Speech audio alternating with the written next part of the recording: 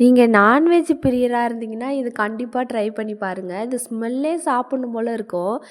இது வந்து கருவாடு வெரைட்டி தான். ஆனா வந்து இறாலு குட்டியா இருக்கும்ல, அந்த இறால காய வச்சு வச்சிருப்பாங்க. இத க்ளீன் பண்ணுறது தான் ரொம்ப கஷ்டம். கொஞ்சம் மண்ணா இருக்கும், கரகரன்னு இருக்கும். அத மொறத்துல வச்சு பொடச்சிட்டு, அத வந்து சுத்தம் பண்ணிட்டு, இத பொடி அரைப்பாங்க.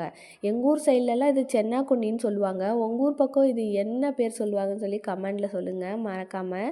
இது கொ வறுத்துட்டு அதை நல்லா க்ளீன் பண்ணிவிட்டு அதுக்கப்புறமா இது கூட காஞ்ச மிளகாவும் பூண்டும் மட்டும் வைப்பாங்க. வச்சு உப்பு வச்சு அம்மியில் கரகரப்பாக அரைப்பாங்க. நம்ம இட்லி பொடிக்கு அரைக்கிறோம்ல அந்த மாதிரி அரைச்சி ஒரு பாட்டிலில் ஸ்டோர் பண்ணி வச்சுப்பாங்க. இது வந்து சாப்பாட்டுக்கு இட்லி தோசைக்கு அது எல்லாத்துக்கும் தொட்டுட்டு சாப்பிட்லாம். செம்ம டேஸ்ட்டாக இருக்கும். இந்த ஸ்மெல்லே வேறு மாதிரி இருக்கும். சூப்பராக இருக்கும்.